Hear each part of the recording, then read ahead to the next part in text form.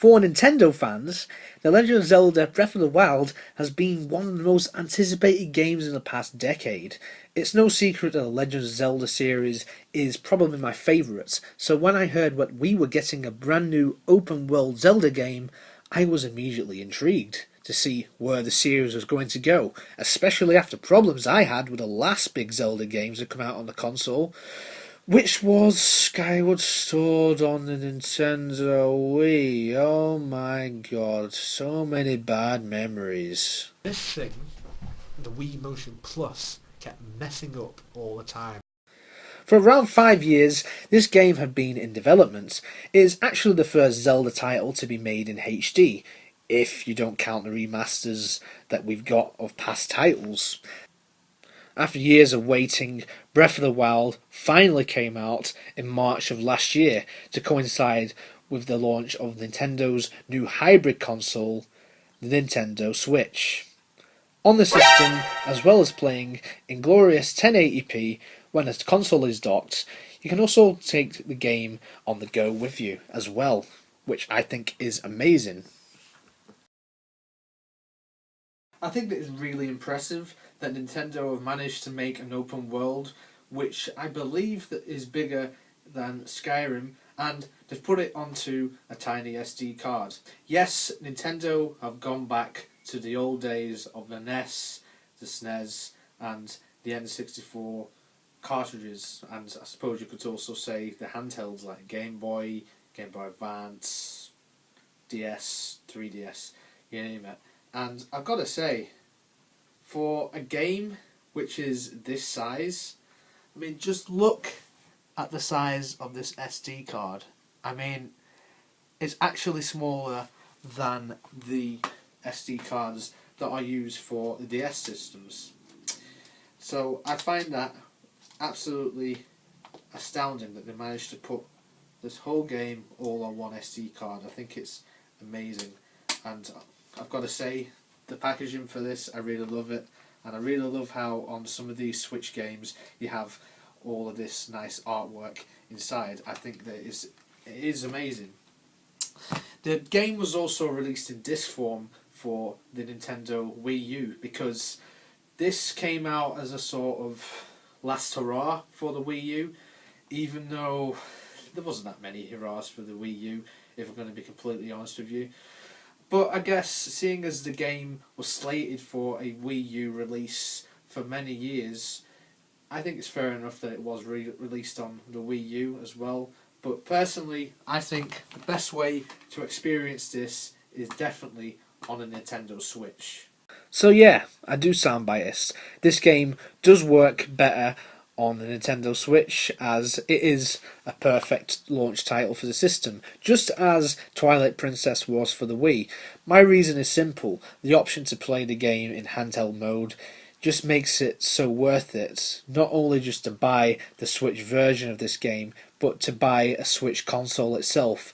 The game certainly did deliver, as the system got off to the best possible start with this game and other games like Mario Kart 8 Deluxe and Super Mario Odyssey, getting people to buy the system. It was so vital that Nintendo needed to do this. I'm so glad that they did. Those 3 games have only come out in the first 12 months of the console's life cycle, and there's so much more coming our way in the future. So yeah, if you are looking to buy this, I would definitely get a Nintendo Switch if you haven't already, because it already has a few great games which will keep you busy, and this is no exception. If you do have a Nintendo Switch and you don't have this game, then what are you doing with your life? And with that out of the way, let's talk more in depth about Breath of the Wild before I go off on a rant.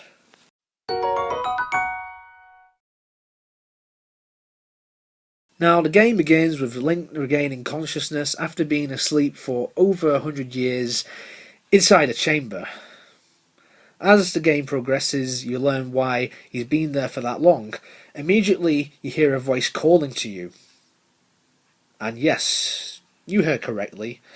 You heard a voice. This game finally introduces voice acting to the series, which is a welcome addition, even though the text dialogue remains for a majority of the game anyway, but whatever. From there on, you obtain the Sheikah Slate, which is one of the key items of the game. The Sheikah, of course, will already be familiar to Zelda fans, as people such as Impa and the symbol itself have appeared in previous Zelda titles. After you put clothes on and get familiar with the controls, you get out of the cave, and this happens.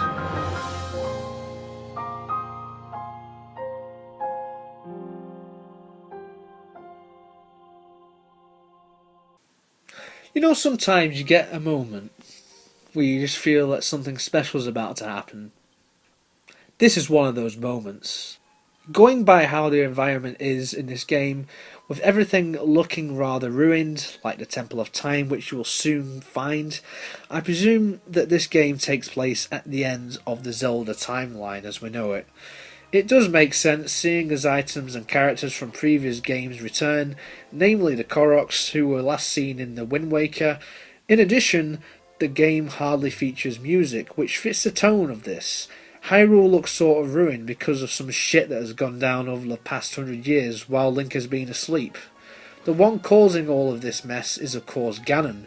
Now, you can go out and fight him straight away if you have no weapons and no plan, or you could spend countless hours collecting stuff all across the different regions of the world created for this game. I ought to go off the record and say that due to the scale of this game, I have, as of the time of recording this video, spent at least 130 hours playing the game and haven't even attempted to go to Hyrule Castle to fight Ganon. I've been busy collecting all the Korok seeds and completing all the quests that have been given to me by meeting loads of NPCs. There's always something there waiting for you to explore, and I like that. Now, I'm not going to lie, the storytelling of this game is pretty predictable, but let's face it, you can only do so much with a franchise that has been going for 30 plus years. The Mario games have the same sort of structure. Bad guy kidnaps the princess, good guy goes through a lot of shit to rescue her, girl gets rescued, and we all live happily ever after. Until the next game comes along, of course. In this game, there are only 4 dungeons, or divine beasts as they are now known in this game, but don't let that fool you, as this game is huge. Now, some of you who haven't already played this series but are familiar with the concept of Zelda will know that these games are usually all about completing the dungeons. It's all about that. We've seen it since the very start on the NES, but with this, what Nintendo has decided to do is create a non-linear game and actually make this open world in the style of Grand Theft Auto 5, Skyrim, or The Witcher 3. So, to have this being properly realised in a Zelda game is totally good for me. Now, I understand that others will disagree with me, and that's fine. We're all here to agree and disagree, so I'm totally cool with that. Of course, during your adventure, you come across shrines which contain various puzzles. The prize at the end is a spirit orb. After obtaining 4 spirit orbs at a time, you can exchange them for a new heart container or a new bit of stamina. Which brings me to 2 things. You no longer have to run around all over the place doing side quests just for heart pieces like you did in other games. Also, the stamina wheel is back. This idea was first introduced in Skyward Sword and I hated it in that game. In this, however, I think that it works much better, just so long as you use it well. And believe me, you will definitely need a lot of heart pieces and more stamina if you really want to explore every single nook and cranny of this game, because it can be unforgiving. Which brings me to the gameplay.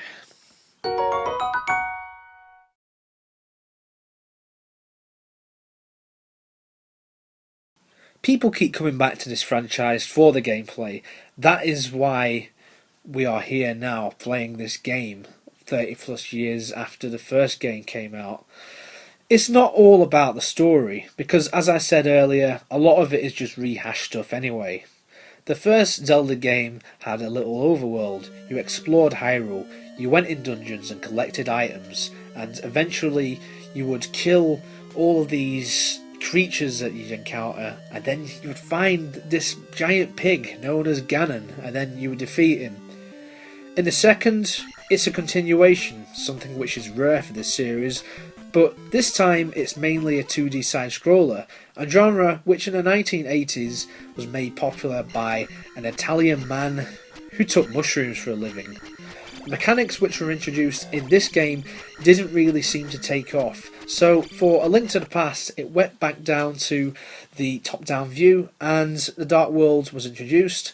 By the time Ocarina of Time came out, 3D games were becoming a big hit, and we all know already that that game was revolutionary. We had Majora's Mask and lots of others in between. Wind Waker went above and beyond by improving the combat mechanics as well as giving more expression to the characters by making them into cartoons, which is something I have always liked since my childhood. Twilight Princess nearly gave us the fully fledged open world Zelda game, but it was the most realistic one, I'd say. It also handled the motion controls well on the Wii version. Skyward Sword, not so much. It was a step backwards for me, but I'm totally game for seeing a remaster of this in the future on the Nintendo Switch. I think it would work very well on the console. Breath of the Wild does everything different. It changes the structure and conventions of a Zelda game. I feel like you can do anything you want in any order, no matter the difficulty. I think it gives you a challenge, seeing as parts of the game are unforgiving. I'm glad that Nintendo, for this game, didn't hold your hands and basically spoon-feed everything to me, because in other games, and I'm not just talking about Zelda games, they have really took the piss with tutorials. I mean, it's fine to give you a tutorial for like the first half hour to an hour, or however long you want it to be. Basically the prologue of the game. And it helps you become familiar with the gameplay, but to give you something like that all the way through the game does not work. So once you get going and everything, you become familiar with everything, you pick up tons of items like food, and you can cook and all that shit, and you can pick up weapons, shields, arrows, bows, and even types of clothing. The amount of costumes you can wear in this, guys, is so unbelievable. It's more than we've ever seen in any Zelda game. This game, when it gets going, it really does not mess about. Believe me, it does not mess about. So while on the surface this sounds all fine and dandy, the weapon side of the game does bring out one of the very few negative points that I have about the game, and that is the weapon durability. Now, it makes sense, it's new, but when you're fighting an enemy like a Hinox, then your weapons breaking on you are a real inconvenience, which means you as a player have to come up with some kind of strategy of saving your weapons, especially the ones you really like. And in this game, there are some elemental weapons that can set enemies on fire, electrocute or freeze them. Those weapons I like to keep in my inventory. Then again, you could just run the fuck away from these enemies, because why not? I mean, I don't do it, but it's an option. The Master Sword makes a return in this game too. Well, duh, it's on the logo for Christ's sakes. This time, though, after you damage it, it regenerates after 10 or so minutes. Okay, I don't remember that happening in any other Zelda games, but whatever. Also, remember I mentioned how much you need the stamina? You mainly need it for climbing mountains and cliffs and all that type of thing in this game, because there's segments of the landscape you need to explore, and in order to explore you need to climb. No matter where you are, in a town, village, volcano, Zora's Domain, or Gerudo Desert, there is always somewhere to climb, and you will often find a secret. It could be a better weapon, it could be rupees, it could be one of the 900 Koroks that you'll find all across the game. The more of them you get, the better variety of items you will get later on in the game. And you come across Tweedlefuck here, shaking his maracas about like, well, I guess someone who likes to shake their maracas about. Okay, moving on. Sometimes the environment changes all around you all the time. It could be a beautiful day, or it could be a thunderstorm. And let me tell you, when you try to climb when it's raining, you are fucked. You keep slipping down, causing you to waste your stamina. It's such a pain in the ass when that happens. Another thing which is a pain in the ass is the blood moon thing that appears every few in-game nights. Now, I've got no problem with this whole idea of bringing defeated enemies back to life again. It adds to replay value when you revisit enemy camps. But why do we have to get the same fucking cutscene every time this happens? I mean, you can skip it, thank God, but why do we have to get this every single time? Stop interrupting me! I'm playing my game! It was bad enough having to deal with fucking Fee all the way through Skyward Sword. In addition, here is a positive which turns into a negative. The enemy AI in the game, which I have to say is excellent. When you're fighting them, they act like they have a mind of their own, they do their own thing. That's brilliant, and all enemies in the game are great. Alright, but that last bit is a bit of a lie, because some are annoying as shit. The Octoroks are still as annoying as the first time I encountered them in Ocarina of Time back in the N64 days. Ah yes, the good old days. Like, holy fuck, stop shooting rocks at me!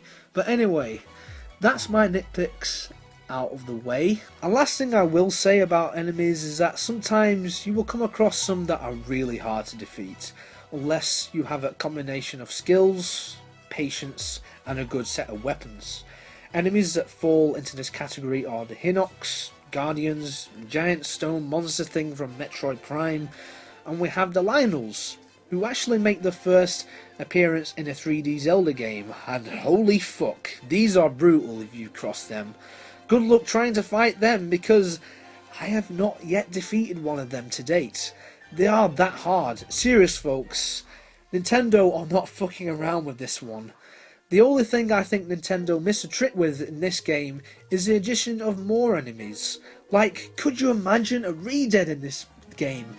That would be awesome. Instead they brought back the Wizrobes, and yeah, while I do like them, they're just beyond weird in this. Like, what the hell is this? Overall, I think the combat system is fantastic. I really like how you can slow down time when you're airborne with the parachute and you want to fire an arrow at something or someone. There's something very cinematic about it. I'd say this game, Wind Waker, Twilight Princess probably have the best combative controls in their own right. The use of motion control in this game when you're firing arrows as well is just flawless. As for your other main weapons, they come in the form of runes. There's the bomb rune, which basically gives the player an unlimited amount of bombs to use, which is such a huge positive. It was always such a pain in the ass in past Zelda games when I ran out of bombs, meaning I needed to search for either more bombs or bigger bomb bags, so that's a definite improvement. It's only really the arrows that you need to worry about in terms of how much you have or how much you need, because seeing as there is a plethora of them scattered all over the place though, you shouldn't have trouble with running out of them. Plus, there's different arrow types like fire, ice, shock and bomb arrows. The Magnesis rune does what it says on the tin. You can interact with certain items and move them around with a magnet basically. Usually they are metallic, and if you are a really skilled player then you can use this one rune alone to take out an enemy like a Bokoblin. Stasis lets you stop time on items and enemies. If you hit said item or enemy with any said weapon, you can alter its state, you can simply move the item, or in the case of an enemy, you can just spam them and just kill them right there and then. I find this to be really effective against enemies like moblins and those annoying lizard fucks, because they can be a pain in the ass when you cross them. There's also the Crynosis rune, in which you can freeze parts of the water and raise platforms with. This acts a little bit like the ice arrows did in Majora's Mask. Oh yeah, there's a camera too. And there's an amiibo rune. I have no idea what that does because I don't own amiibos. Sorry. So on the whole, the introduction of runes is a welcome one, and it will be interesting to see if this is done ever again.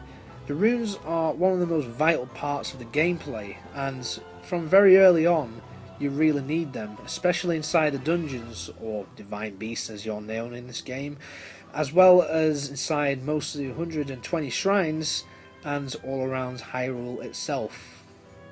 In terms of side quests and shrine quests, there are tons to do. You'll be playing for hours. You will be rewarded so often for putting the time and effort into the game. Every now and again you will come across Beedle. Yeah, there's another thing that's being brought back from Wind Waker.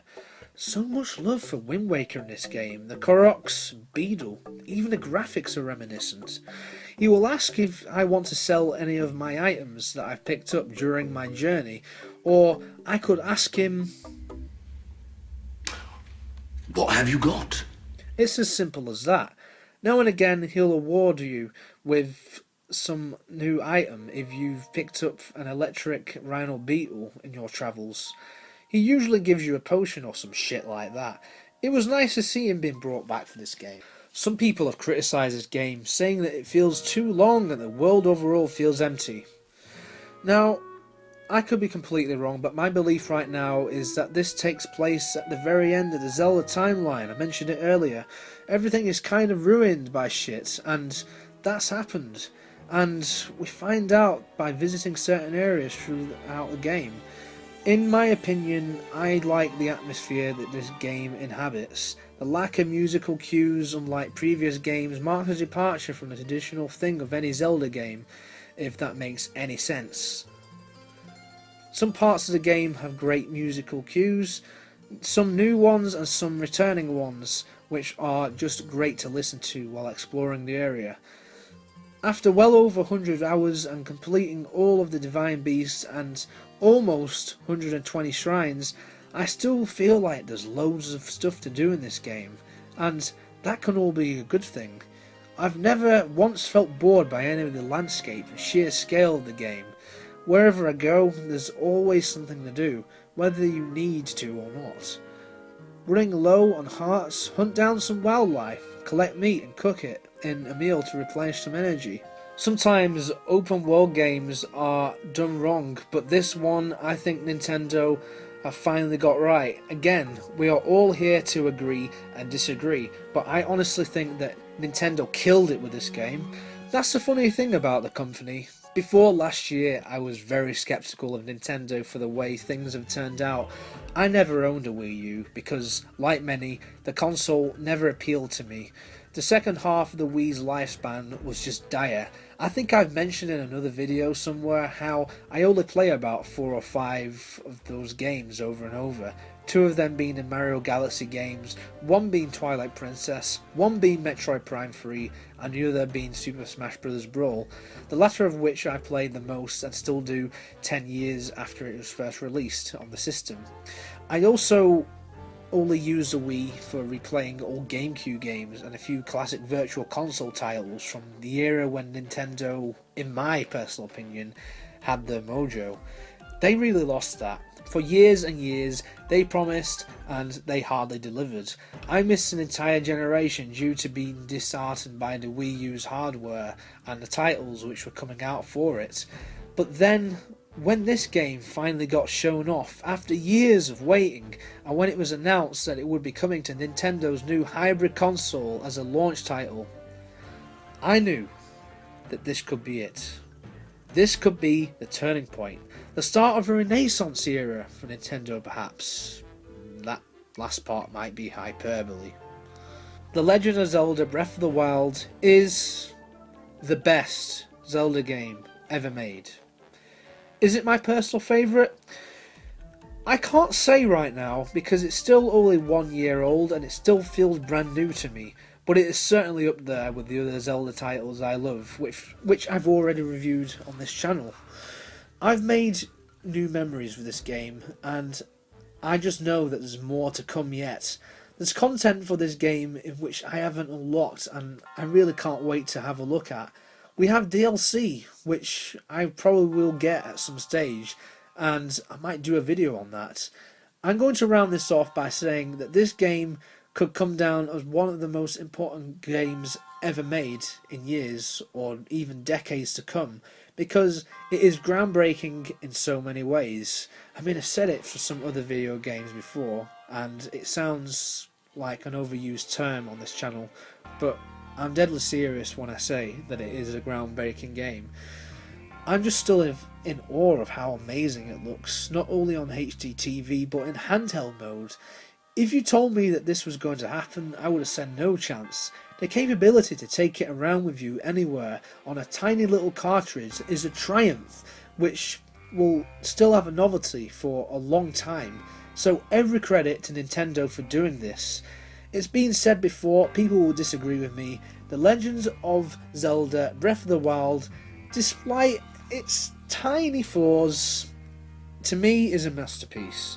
Thank you very much for watching, everyone. Have a great day, and may the Triforce be with you. Peace.